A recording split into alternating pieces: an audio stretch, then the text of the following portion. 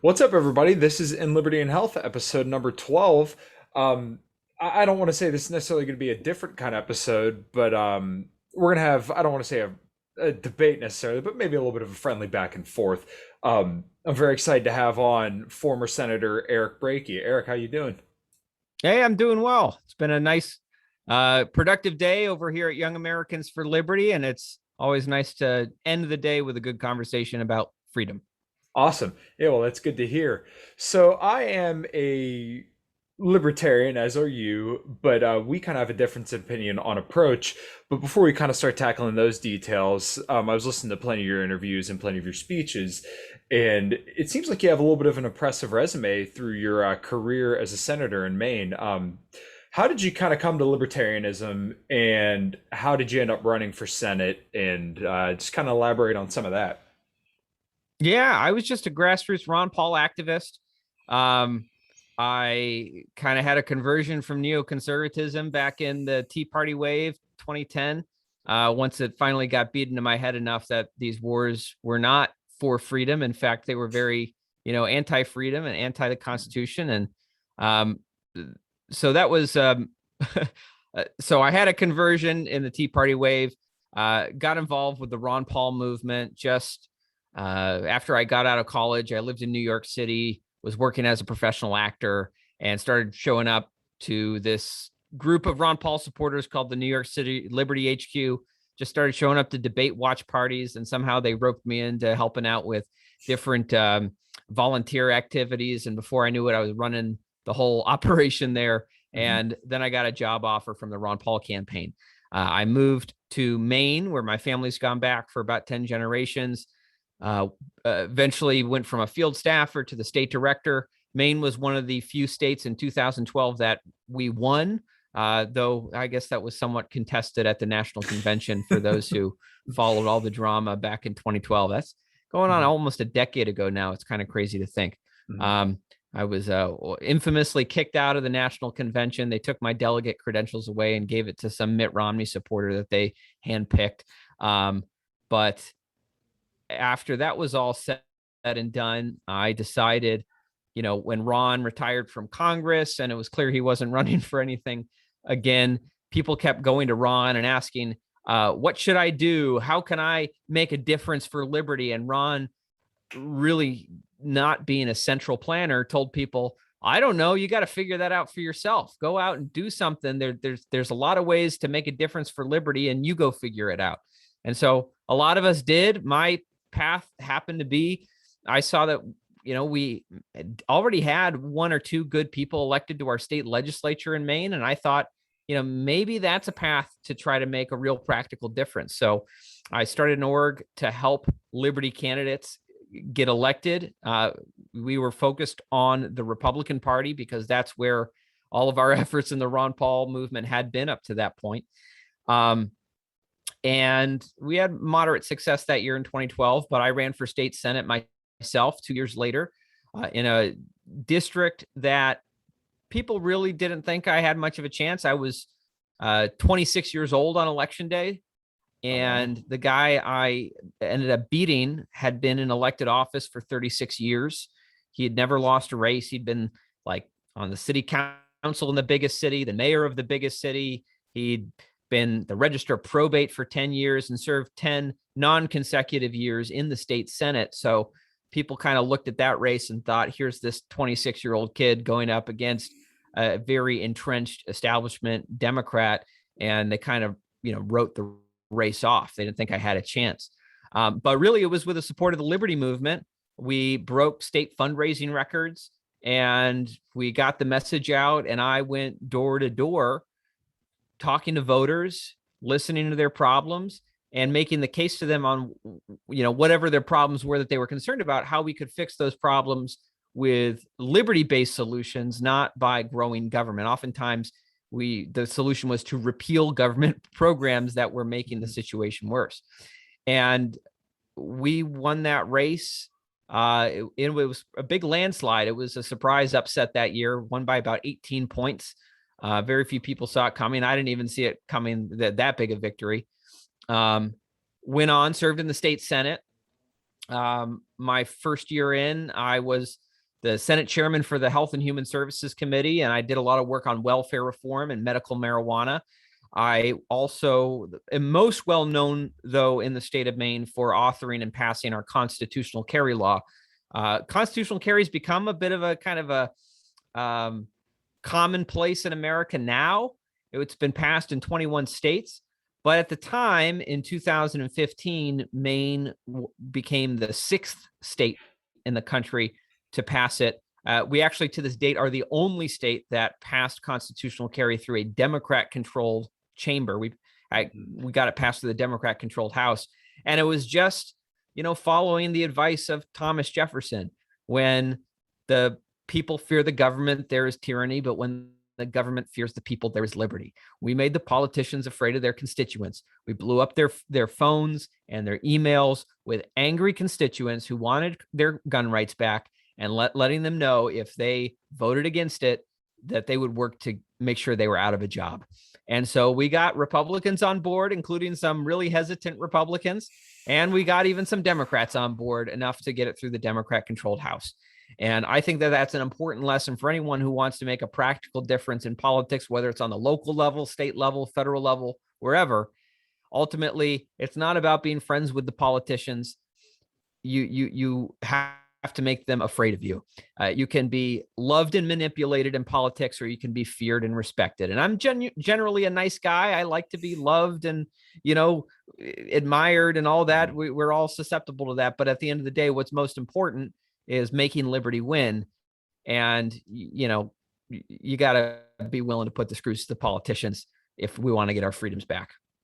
So Well, that's I guess that's part of the story anyway. I did end up running for federal office twice and all that. And now I'm at Young Americans for Liberty. So I'll, for the sake of not going on too long, I'll just end that there. no, that was awesome. And yeah, when I was listening to all your talks, I was thoroughly impressed because, I don't think anybody would necessarily think that someone 26 years old, no less. I just turned 27 last weekend. Congratulations. Thank you. It's weird. It feels a couple days older than 26, but it's Yeah. feels Once you get to slightly 30, different. it's all downhill from there. I don't know how much longer I'm 33 now. I don't know how Right. much longer I'll be able to call myself a Young American for Liberty. Yeah, I heard you and Spike had a little bit of a back and forth about that. I believe he said he was a middle-aged American for Liberty. So Yeah, you're I think we decided once you meet the constitutional age requirements to run for president, you probably can't call yourself a Young American anymore. Okay. Well, you are a senior spokesperson at Young Americans for Liberty, so perhaps Yeah, that's fitting. yeah, um, yeah, but yeah, I think a lot of people don't realize the impact that it can have locally, and your story is a perfect example of that. That if you get enough people rallied together and you let the establishment know, as we all should, especially after this last year, that we're not going to tolerate you taking away our rights, we're not going to yeah. tolerate our basic liberties being stolen, then we're going to find people who are going to do what we put you there to do. And I've talked about this with the other people I've had on my podcast, is that it's very important that if we're not holding our elected officials accountable, that we're on top of that. And if they're not going to be accountable to the people that elected them, then we put people who will be. So I'm very glad to hear that there's a lot of Republicans and libertarians that got elected over this last midterm. But if these people aren't going to be subject to the people that elected them, then hey, you guys got to go. Now's not the time to Yeah. kind of dilly-dally around. We're looking at $30 Right. trillion in debt. The Biden administration pushing vaccine mandates and a lot of other issues that are very, very important to people. And it seems like there are some people in some places that aren't addressing this as, I think a lot of people should. Yeah, certainly. And at the end of the day, you said something that got my brain going, and now I'm forgetting where I was going. But yeah, at the end of the day, oh yes, there's an important Mhm. principle that Morton Blackwell at the Leadership Institute has taught for many years, which is we oftentimes have this mistaken vision that the way we get the policies we want passed is we've got to get all the right people elected. Mhm. All the people who believe what we believe. We got to have a majority of libertarians elected to the state legislatures and the Congress to get those bodies to do what we want. And We can stand around hoping for that day for a long time, and Mhm. that's never going to happen. Um, we can, however, get a few good people on the inside to sponsor the bills, to get the roll call votes, to enable the rest of us on the outside to hold them accountable for those votes. And if we want to create a more libertarian America, if we want to have a free America, it's not going to be we get all, libertarian congressmen elected. It's going to be we have to shape the political environment around the politicians so that it is politically expedient for the wrong people to do the right thing, because politics attracts corrupt, self-interested people. But if Mhm. those corrupt, self-interested people are acting in their own interest to get our freedoms back, because that's how they're going to keep their job, then at the end of the day, that's just as good. Yeah, that's an interesting way to put it. And honestly, I've never heard it put that way or ever even necessarily thought about it that way. But I think it's a very, very good point that, tomorrow we're not going to have Rand Paul in every seat of the Senate. As much It as we would be may like nice. that. Yeah, it would It be would be nice. nice. But, unfortunately, we don't have that. So what got you involved with Young Americans for Liberty? Were you always a part of that, or did you kind of get involved with it recently? Yeah. So I guess I've kind of been on a parallel way with Young Americans for Liberty for a long time. I actually I wasn't a member of Young Americans for Liberty when I was a college student. I graduated in 2010. Young Americans for Liberty really got started in 2007, 2008. It began as Students for Ron Paul. And after the 2008 campaign, it became Young Americans for Liberty to continue with that youth revolution that was part of the Ron Paul revolution. That was really a lot of the energy behind the Ron Paul revolution. And for the longest time, Young Americans for Liberty has been pretty much exclusively working on college campuses and doing great campus work. And we still do great campus work. But uh, but in like 2016, the idea kind of came about. We've got this youth army. Donald Trump is in the White House, so we can't really, plan on, we don't really have the same avenue to build the movement on a presidential run. Because, I mean, what were we going to do? Like run Rand Paul against Donald Trump in a primary? Like that wouldn't work Hmm. out very well for anyone. It'd be a Right. waste of resources, and it would probably, so instead, what was looked at was this model of the state legislatures. Now, I had been in the state, so I'd been in the state Senate, got elected in 14, served to 2 terms until 2018 when I gave it up to run for the U.S. Senate. And I'd attended Young Americans for Liberty conventions. I kept seeing new and new waves of young people through the campus programs at Young Americans for Liberty coming to the Ron Paul Liberty movement years after Ron had run for president. I was always amazed to see the Liberty movement continuing to grow because of this fantastic organization. And when I ran for the United States Senate in 2018, some folks had this idea of, mobilizing. Rand Paul had a super PAC that paid a lot of these Young Americans for Liberty to go door to door in support of my campaign.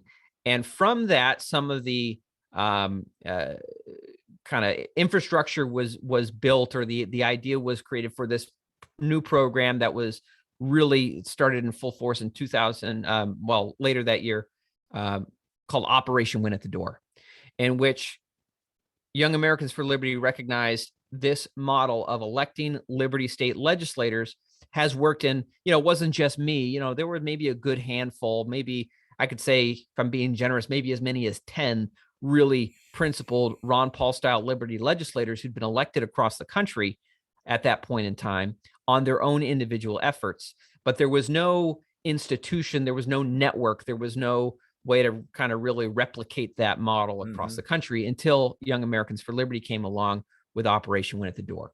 We have been, as an organization, identifying, recruiting candidates, really vetting them very Hmm. thoroughly through extensive surveys and interviews. And then when we get them elected, we hold them accountable, and we've kicked a few out of the coalition, and we Oh, intend wow. to primary some of them if they have fallen to the dark side, which happens. You got to hold people accountable, even Right. the best of us. But I got involved after, in a formal capacity. I, spoken at many YAL conventions, and I had an informal relationship with Young Americans for Liberty for a long time. But I got formally involved after my congressional campaign ended last what was how long now? It was all of the COVID era is just like one big blur. Yeah. Um, but in 2000 and that would have been 2020, so last year. So I've been here for a Mhm. little over a year now. I got on board to help fundraise for the door-to-door efforts for last year's cycle, in which we had huge victories. We now have almost 180 Liberty legislators now Mhm. elected in 37 states, and this is after our activists knocked on 2 million doors across the country to make this happen. And I went from there to helping coach and mentor some of these new legislators. And now I'm working as the senior spokesperson for the organization, helping to get the word out about all the good work that we're doing. Yeah, well, that's great to hear. And I was just on your website, kind of preparing some of the show notes, and I did see, I believe it said 179 people elected. If I remember correctly, Yeah. didn't you help actually some libertarians get elected as well? Yeah. So I will say Young Americans for Liberty is a nonpartisan organization. Hmm. We, when we identify the candidates that we support and we have our activists knock doors for, we only ask two questions. Are they principled? And do they have a path to victory? And we have seen Libertarian Party candidates who are principled and we thought had a path to victory. Hmm. Turns out only one of them has gotten elected. And Hmm. that's Marshall Burt in Correct. Wyoming, who was fortunate enough there was no Republican in the race. So he had a straight head-to-head race with a Democrat, and it worked Hmm. out very well for him. We do like to point out, because I know that sometimes some folks in the LP look at Young Americans for Liberty and say, well, you get all these Republicans elected. What are you doing for the LP? Right. We do like to brag that as far as state legislative elections go, we have spent more financial resources helping Hmm. Libertarian Party candidates get elected than any other organization in the country, including the Libertarian Party. So we're pretty proud of that. We don't discriminate. I advocate. I think Hmm. the most effective path in most cases is to run GOP for a whole number of strategic reasons. But ultimately, at the end of the day, that's about tactics and strategy. It's about using the best vehicle available to you to get elected. It's not about, oh, the GOP, the people of the GOP or the ideas of the GOP are so much better than the LP. No, this isn't Hmm. an ideological dispute. This is all about Right. tactics and strategy. Right. And I remember you saying that in a different interview. And I think a lot of libertarians should come to appreciate that. And there is a large stigma among some libertarians. And I could even say that at one point I was kind of in a similar boat where you say, oh, well, they're GOP. So, the hell with them. But this kind of gets to another point that I wanted to kind of have a little bit of a back and forth with you about. What are some of the younger Republicans that you're meeting and coming to these meetings kind of like? Because I work in a blue collar field, right? I'm an automotive Mm, technician, and a lot of the guys I work with are typically boomer cons. And mm, some of the younger guys, are kind of the same mentality, but I would even go as far to say as neocons, where these guys are still for all the wars. And I understand not criticizing your guy, but they're pretty good, or pretty lackluster when it comes to criticizing Trump on the areas where he yeah. failed, which I felt he failed on the Second Amendment by banning bump stocks. He failed on being a financial conservative by spending outrageous amounts of money, especially after this last year. Yeah. And he failed as a anti-war candidate because he campaigned as an anti-war candidate, but in effect he was essentially pro-war, I would say, by escalating Mm, drone strikes, putting more troops on the ground in Somalia, amongst other things. Um, so sorry to go on a little bit of a tangent there, yeah. but Well, it's your show, so well, yeah, yeah, but I more of want yeah, your opinion on yeah. how kind of things are going. So, I guess my question is, what do the younger Republicans and Republican libertarians look like that are coming to you? Do these people seem more Ron Paul or more Donald Trump-esque kind of Well, you know. yeah.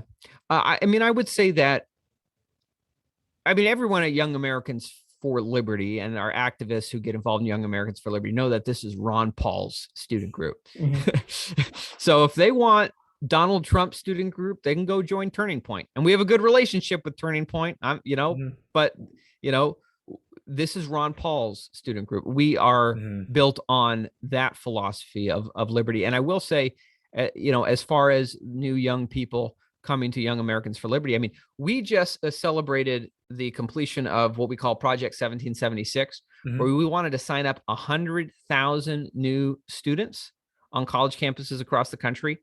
And so we signed up over 100,000 this year. Mhm. And the biggest thing that's bringing people to young people to the organization is the crazy policies on college campuses around COVID. So it's the mask mandates, Mhm. it's the vaccine mandates, it's the fact that Young Americans for Liberty, as a principle first organization, was the only real student group kind of standing out there from the very beginning. And I think to this very day, I haven't seen the other student groups really fighting against these mask and vaccine mandates. Our activists have been fighting that. Students on college campuses who recognize the craziness of this Mhm. are coming to the liberty movement because of that. Now, of course, you get people in on one issue, and you explain to them the broader principles, and Mhm. you hope to kind of bring them into the broader liberty movement. It's always, I love seeing when some 19-year-old kid who's in college right now got involved because of a mask mandate fight, and now they're reading Ron Paul's The Revolution and Manifesto. I mean, Mhm. that's what I like to see. They come in for one issue and then they get the broader philosophy, and hopefully they stay and they continue doing great things throughout their whole life. Um, I will say, just on the Donald Trump stuff, I will say Sure. I agree with you for the most part on what you said there about Donald Trump. Okay. Like the bump stock ban, like, yeah, that was like, I've always viewed Donald Trump as, I think, from kind of a libertarian perspective, Mhm. like, you could look at the glass as half empty or the glass is half full. Mhm. I guess working a Republican strategy, I chose to really look at the glass half full aspect, especially Sure. as I was running for, congressional nomination and all that. But obviously, yeah, he was a huge spender. The Mhm. bump stock ban, has had the danger of setting a terrible precedent that could be used by future administrations to go after much more than just bump stocks. Mhm. And I would push back a little bit on the war. Sure. I would say on the war issue, Trump was all over the place.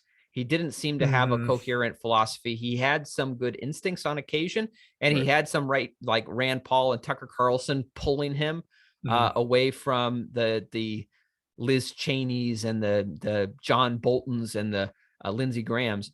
I think that Trump deserves some credit on two things Okay. when it comes to war. I Sure. think he deserves credit on um, changing the even if his actions didn't always match his rhetoric, the fact that he was rhetorically calling out the military industrial complex, Mhm. calling out the failures of the wars in the Middle East, blaming him, of course, on Obama and Bush. He had his own Mhm. part to play. I mean, he didn't do what he should have to end the war in Yemen, and he didn't Right. start any new wars, but he certainly did Correct. continue some of the Yeah. wars that were in place. He didn't seem to know how, or I guess you could interpret it also as he wasn't that committed to actually ending the wars. Maybe it Mhm. was just lip service, but he didn't start any new wars. And there were some real, we could be at war in Iran right now.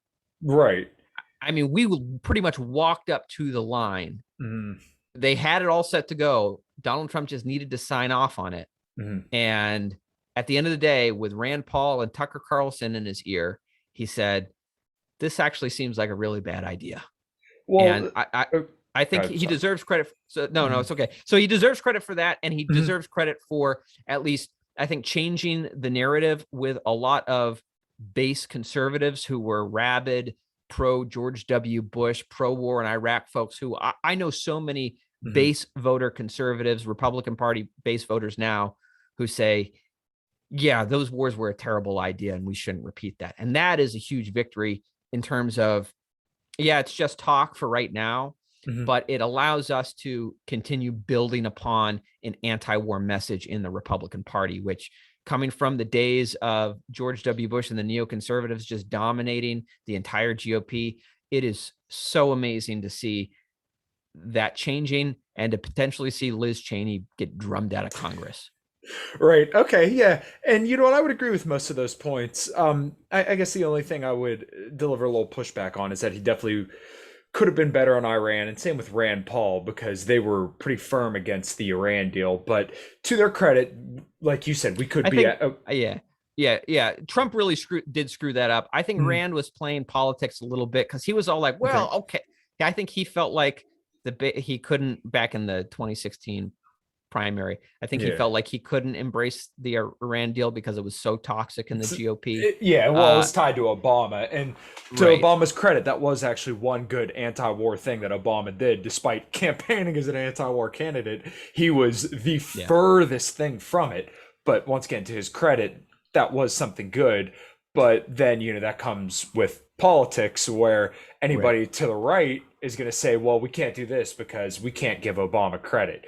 And, now you see this Yeah. kind of folding out with the whole Afghanistan deal, where if the Afghanistan pullout would have fell apart on Trump's watch, and everybody would have blamed it on Trump. And it's the right thing to do. Everybody knows it was the right thing to do, and I think Trump probably would have handled Right. it better. But Biden wanted to claim credit for it, so he said, "All right, well, let's kick the can down the road, and I'll be the one to take credit for it." Which, okay, you can look at it one of two ways. They negotiated it and they got out, which they should have, and it fell apart. So we should never leave.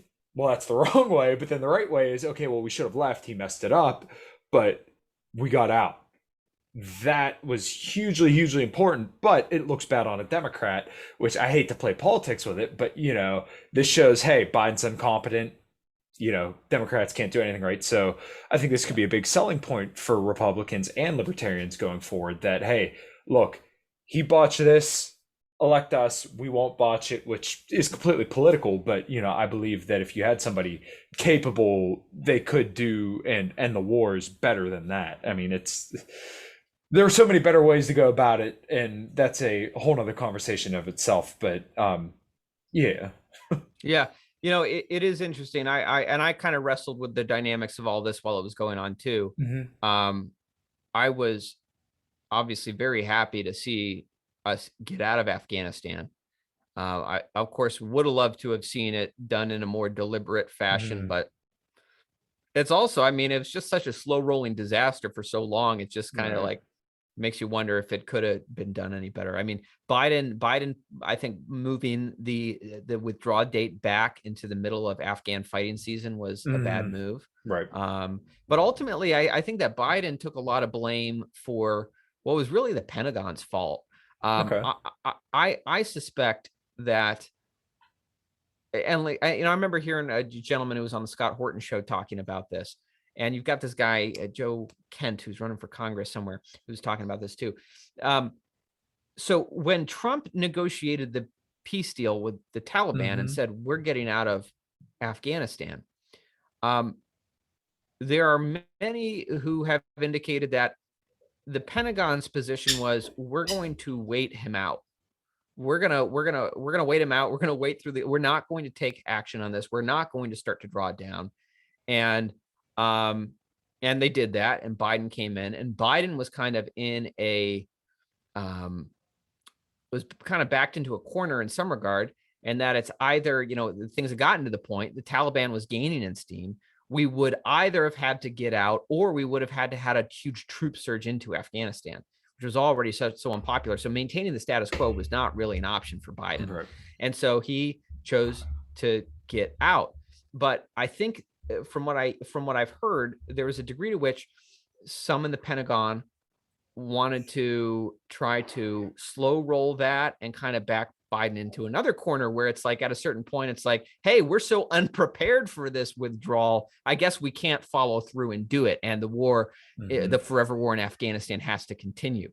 And I guess Biden, to his credit, we still withdrew, but it was a Hmm. disaster. And obviously the planning and execution of that withdrawal, for whatever reason, whether it was Pentagon incompetence or um, or actual just undermining the policy of withdrawal until the very end, we see the disaster that has happened there. And now we still have hundreds of Americans left behind Hmm. and billions of dollars of military equipment in the hands of the Taliban. So it's certainly it's a mess.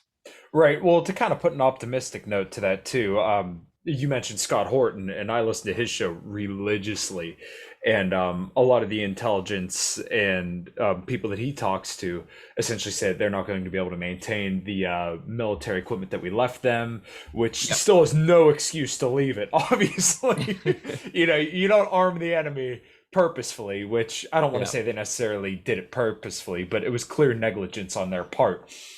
Um, Oh, damn, I forgot the other point I was going to. Uh, but I guess kind of moving forward to another issue that I see with the GOP right now, and I've heard a lot of talk about this is China. The big kind of scare tactic right now with the GOP is China, and I'm sure that your take is going to be better than a lot of people, but I feel like that's quite a bit of baggage that a lot of the GOP is carrying with it right now. And Trump was very, very bad on this because China is pretty much a Ponzi scheme. They're the only bigger house of cards in the world than us. They spend 250% of their GDP or of what they take in taxes. I'm sorry, Yeah. and it still I believe it's 30% of their agriculture is being done by hand. So it's like one good swift blow of wind and their whole economy comes collapsing. It's not too far off from ours. Ours is a little bit more stable, but we also maintain a huge trade deficit with China, which Trump campaigned on fixing, but ultimately failed. He did worse than Obama, and then of course Biden sets a new record trade deficits. I believe last month was $96.4 billion. Um, you know, do you see a way to kind of combat that in the GOP and kind of get them to back down from this China hawkishness, or kind of what's your take on that? Yeah, it's interesting. I think there's actually a lot of historical comparisons to be made between it's kind of like this Russia China binary. One of them has to be the boogeyman that we've got to be afraid of, and we've got to, Yeah. is the new like evil empire. We've got to. Mhm. I mean, it's kind of funny. One of them is the old evil empire we were supposed to be afraid of. Now they want to make us afraid of it again. Mhm. Um, yeah, I think it reminds me a little bit of uh, early in American history after the revolution, how kind of France and Britain were kind Mhm. of like these um it was like these were the two powers that the two parties were, you know, if you wanted to be more aligned with France and you thought France should be our partner and Britain was the enemy, then you voted for Thomas Jefferson's party. But Mhm. you know, um, if you thought that France was the enemy and Britain should be our best friend in the world, you voted for John Adams and Alexander Hamilton. And it's kind of like it is kind of weird how we need this, like we always seem to need this great other enemy out there Mhm.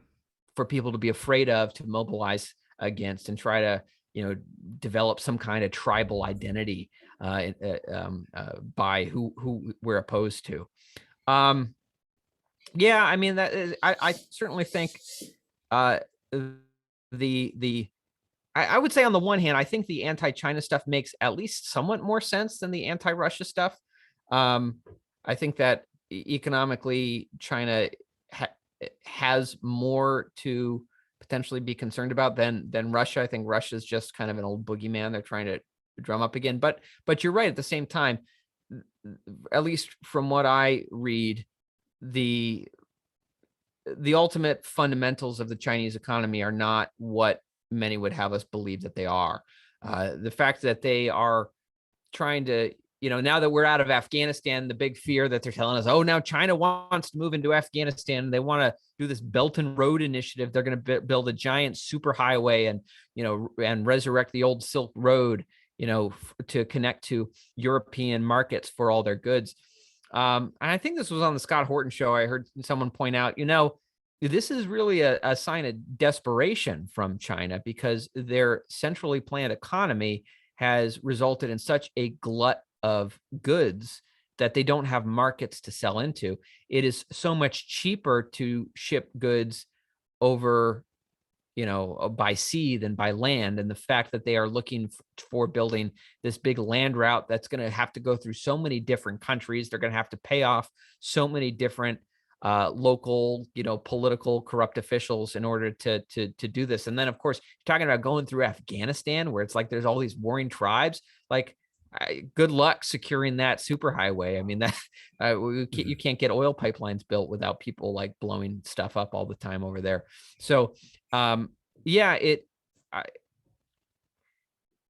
I mean, what's the answer for the Republican Party? Are they going to, back off the China hawkishness? I don't know. I'm not quite sure what to do about that, other than just try to just try to advocate and remind conservatives that we believe markets work, and we should remember that, when everyone thought the Soviet Union was going to be dominating us, forever, economically, that was the moment when they were actually at their weakest and about to collapse. Because again, I mean, it's like the same thing. It's like these GDP numbers that we rely on.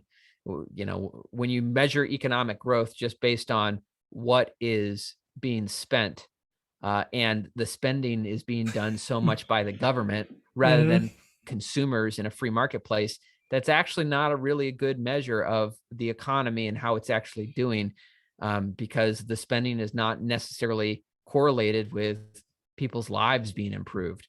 So the Soviet Union had a nice big GDP, but they were spending it all on, creating bricks, but people didn't need bricks because they couldn't coordinate them, through under central planning. And so I would imagine we'll probably look back in history and say that China had a similar problem, and perhaps America is going to have a similar problem as we become an increasingly centrally planned economy under the Biden regime. So, I guess we just need to remind conservatives that markets prevail and if we should embrace free markets over here. And if we really want to be anti-China, then let's beat them by embracing freedom, not central planning. Okay, I couldn't have actually asked for a better answer. That was fantastic. I wholeheartedly agree. We need to free up our economy so that way we can start having trade surpluses like we once had back in, the early 1900s up until, around the 80s or 90s, I believe it was. We used to be a net exporter. Now we're a net importer. All we do is import stuff. That's why we have this huge ship crisis right now, is because we have these large trade deficits. All these ships come over with imported goods, specifically from China, and then we send the ships back completely empty because, we send them worthless paper, and then they send us goods that are half-assed. So on a certain sense, that does kind of sound like we're getting the good end of the deal. We're giving them worthless paper, and we get like all this cheap stuff. I think there's obviously we do want to have more manufacturing and blue collar jobs here in America, and the way to do that is not slapping tariffs and trying to be protectionist, but like finding ways to have more affordable energy and to lower the tax burden and the regulatory burden. I mean, we don't want people just like polluting the land. I mean, that's what they're doing in China. They're the biggest some of the biggest polluters in the world. So we can, protect. But one of the things that is kind of crazy to me that China is getting ahead of us on is nuclear power. I mean, they just unveiled in the Gobi Desert this experimental thorium nuclear reactor, which is safer, cleaner, cheaper than the uranium-based light water reactors we commonly think of when we think of nuclear energy. And this is an American technology that was developed, like half a century ago, that because of federal regulations, we haven't been able to develop and do anything with. I actually got it in the Republican Party platform in 2016. We should be exploring thorium nuclear power, and China's beaten us to the punch, because instead we're chasing after windmills, which will never First, they're not clean, Right. and despite what people say, Mhm. and they'll never power an industrial Right. economy. So I'm sure you know who Alex Epstein is, right? I a little bit. I know him by name. I Okay. don't. You might, but I know he's a writer and he does some political writing, but I don't. I've not He read too does much of his stuff. he's been on Tom Wood's show a couple times, but Okay, then I've probably heard him. he focuses a lot on the fossil fuel debate, and obviously that's a very important kind of deal to Okay. me. I know Yeah, who you're talking about now. because of my industry. I work on cars. Mm. But yeah, that I actually didn't know that they established a nuclear kind of technology over there. But one thing that we could do at home, we have the Marcellus shale bed that spans across a lot of the northeastern part of the United States, and there's so many technologies that actually make fracking relatively safe. They have fluids that go to the top of the water rather than sinking to the bottom of the water, so that way, if there were to be any leaks, it doesn't get into the drinking water. Mm. And I think that's a great way to bring jobs back. And I know it's a little bit of a tangent and relevant point, but No, it is. I mean, this is, and just to go down that tangent just a little bit more, this is the great irony, right? Trump pulled America out of the Paris Climate Accord. All of the environmentalists were up in arms. This means we're going to have greenhouse gases and we're going to keep polluting the environment. And yet, after he pulled us out of the Paris Climate Accord, greenhouse gas emissions in America saw one of their biggest drops in history. And it wasn't because of any government policy. It was because of natural gas. It was because natural gas is a bridge fuel. It is not totally clean, but it is cleaner than coal and cleaner than oil. And it, you know, it is a great substitution for them, especially if you want a cleaner environment. So it is amazing to me that so much of the Green New Deal movement, who claims to be so afraid of carbon emissions, they stand in the way of natural gas, they stand in the way of nuclear power, and they are the ones who are really kind of keeping us stuck in this oil coal system, because they will not accept anything that bridges us towards a mhm. cleaner future. They want wind, solar is going to power us now, and it's just doesn't. You look at the technology where it is, you look at the economics of it, it's not functional. Okay, so I'm glad you brought up the wind and solar at the end there, because that reminded me of the reason why I brought up Alex Epstein is because over in Germany, people are actually paying more for power because they have so much solar and wind, and it's such an inefficient source of energy that they have to use much more fossil fuels, which raises their costs to actually power all their power grids. Mm, So it's funny that they push for all this green energy, but it's not a feasible technology, which I'm right, all for. Electric vehicles, I'm all yeah, for renewables, but we have to do these things efficiently, and we have to right, do them in a manner that's going to be sufficient that yeah, to replace our current power. right. And this is the thing to understand about why these technologies don't work. It's because of two qualities of them. It's that they are both intermittent and non-dispatchable. So intermittent just means that it can't run continuously. So, the wind isn't always blowing and the sun isn't always shining. And then non-dispatchable means that it, we don't get to choose when it is on. The wind and the sun go on their own time.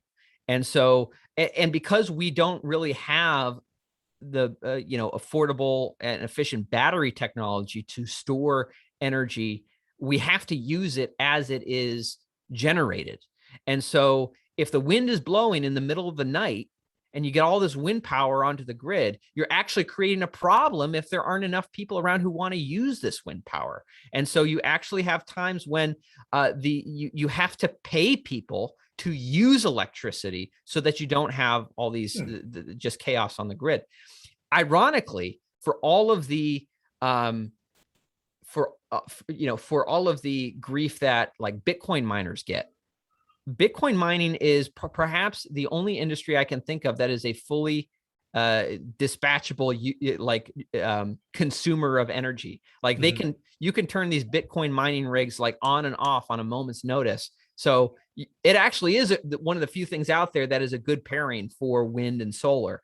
Um, but of course the green movement says that the Bitcoin miners use too much energy and they want to shut them down too, when they are actually the only lifeline out there for a lot of these wind and solar energy producers that can actually make these energy generators profitable. So anyway, that's a whole rabbit hole that we just went down there. But I've been it's the dynamics of energy policy in the country, I think, are often really simplified in the debate. No, I agree completely, and I didn't plan on talking about this during the show, but this is something that I care a lot about, and I try to keep up on as much as I possibly can. Obviously, there's just so much other stuff going on that sometimes it's hard to kind of keep up with all of it. But I guess since we're on the topic of energy and kind of going down this rabbit hole, how much do you know about regenerative agriculture? Not a whole lot. You'll have to Really? tell me about it. Okay, so basically, what this does is actually it becomes carbon, a net carbon negative. So they raise cows, right, in a regenerative fashion where they get all these cows that go in a field and they do, they basically graze them in certain parts of the field, and then when they defecate and do whatever functions on that part of the grassland, they leave it. The grass, regenerates, and it actually sinks emissions back into the soil. And that's a very, Hmm. very simple way of putting it. But you actually create better meat because you get grass-fed, grass-finished product, which is obviously kind of held as the king of meat, at least over here in Australia. They pay more for grain-fed because it's more marbled. But this is something that I've been very passionate about, and I know Thomas Massey has kind of introduced some legislation Yeah. surrounding this too. But I really think if they were about reducing carbon emissions. I heard it said once by a regenerative rancher, I think they said you could reduce all man-made climate change if you got 40% of all farms in the US to regenerative agriculture. And I don't know how Mhm. true that is. I don't know what they did to So justify that. this is what, like, Joel Salatin Yeah, in yeah, Kentucky yeah. does. Hmm. Yeah, I saw him a few years back in a Oh, debate with cool. Yeah. he had it was at Freedom Fest. He had a debate with CEO of Whole Foods Oh, about I can't remember. John Mackey. John Yeah. Mackey. That's right. Uh-huh. I guess they were having a debate Hmm. over vegetarianism or veganism or something. Obviously, Joel Salatin was not on the side of veganism Yeah. and vegetarianism. Anyway, that's kind of besides the point. Yeah. But anyway, no, he's a cool dude, and the work that Hmm. he's doing there, I think, is a really interesting model that I would imagine would be adopted more in the country if we did not have. Yeah, I think people often don't realize just how centrally planned our food system is Right, through the right. USDA. How much flows into the food system in terms of subsidies. I mean, it's kind of crazy when you think about. I always think about all the, like, in New York City, they want to put taxes on soda and, like, sugary drinks, and it's like, uh, they want to discourage people from drinking these things. And I understand this is bad for you, and people oftentimes don't realize just how bad putting all these sugars into their system is. But the crazy thing is, on the other side of that equation, we're subsidizing the production of all these sugars, like making it artificially cheap. I mean, we're still paying for it. Of course, we're paying for it with our taxes. So it's, the illusion of making it artificially cheap for the end consumer, and then the government has to come in on the other end of the equation and try to make it more expensive by adding taxes onto it because it's poisoning, people's health. So it's just always seemed to me the answer is obvious: just cut the subsidies, stop subsidizing this stuff with our taxes, and then you don't need to throw taxes on the other end, and the market will work itself out. I think that and of course, I think the effect of all these subsidies into the system it creates these, like, massive corporate farming systems. We're not dealing with so many of the little farmers anymore. It kind of creates this consolidation of the industry, and it also really locks into place a lot of these really bad, unhealthy, unsustainable practices, because the government will always be there to help make sure that model remains profitable.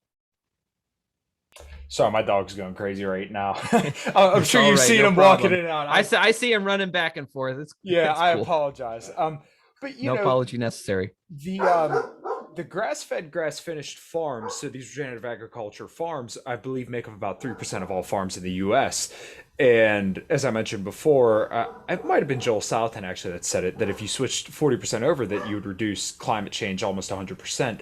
But kind of tagging on to that is from what I understand, there's a lot of subsidies on grains and soy, which is typically what they feed these cows who aren't raised in that fashion. So you get a bunch of cows kind of in these tight feedlot operations, and they feed them grain and soy because it's subsidized, it's nice and cheap, versus where you could just raise cows naturally. And cows live most of their lives on grasslands, anyways.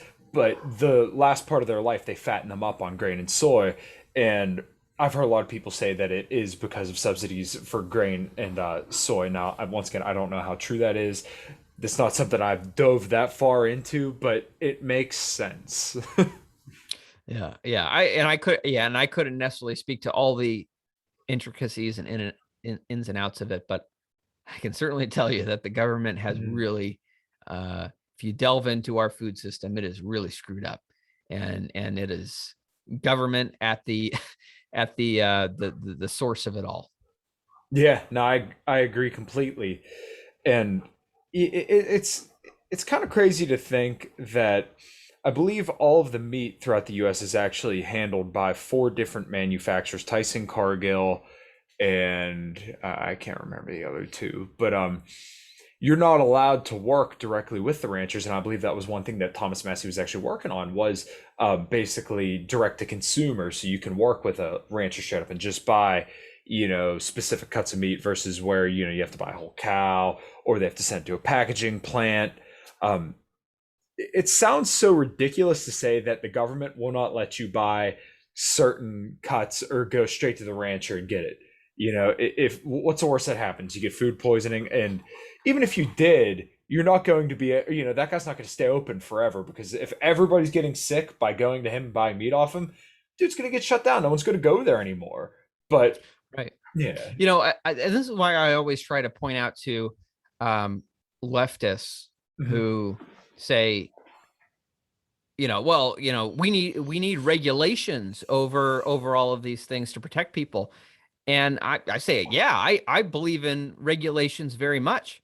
I think that the consumers do the best job of regulating the Yeah. market, by choosing, where they're going to purchase the goods and services from. Mhm. Government doesn't do a good job of regulating and protecting people. Government is a, corrupt institution that's often that is subject to corporate capture by special interests who end up writing the government regulations to Mhm. benefit themselves at the expense of consumers. But the market has a natural mechanism of regulation.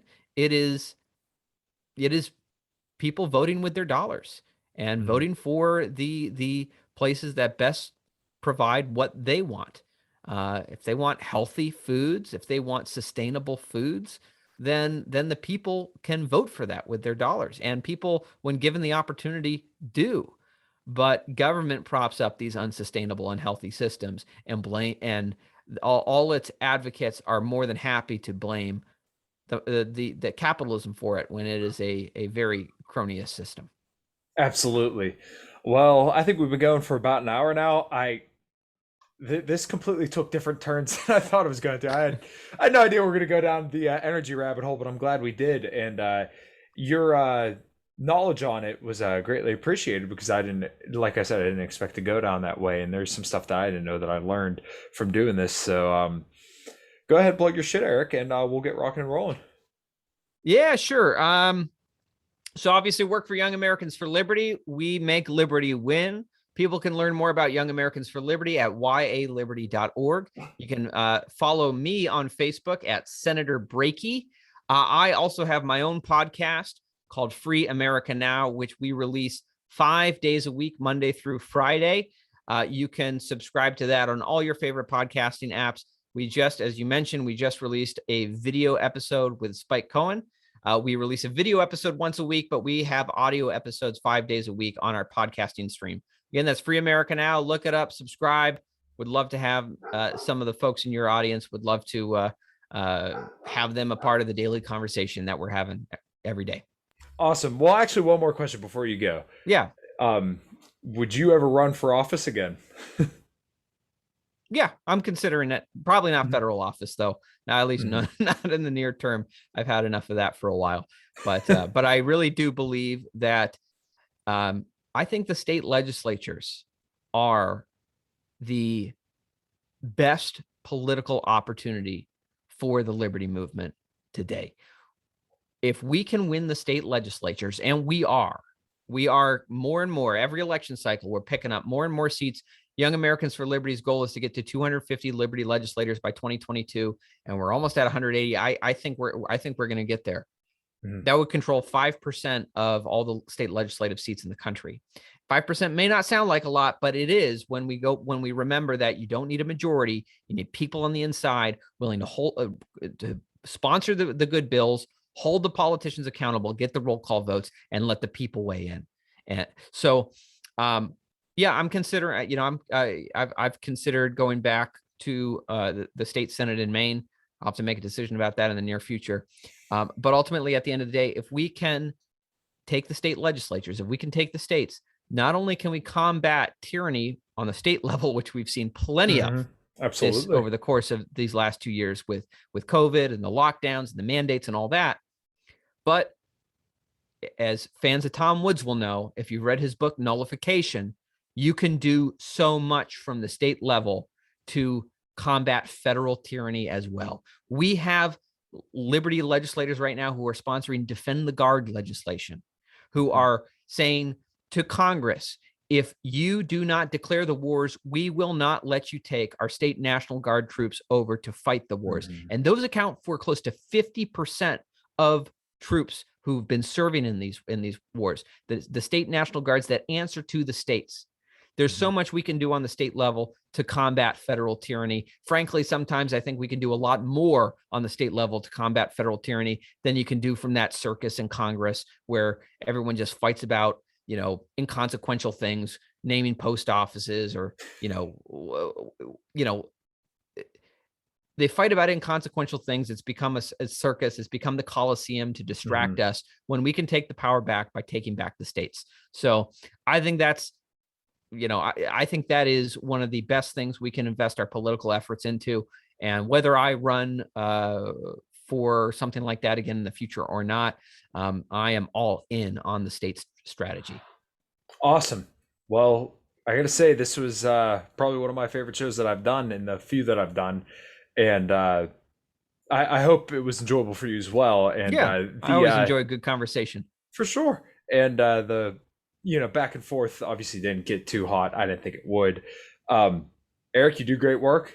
Keep it up, man. And I'll have to have you on again sometime, and we'll talk further when you get those 250 senators or state legislators in.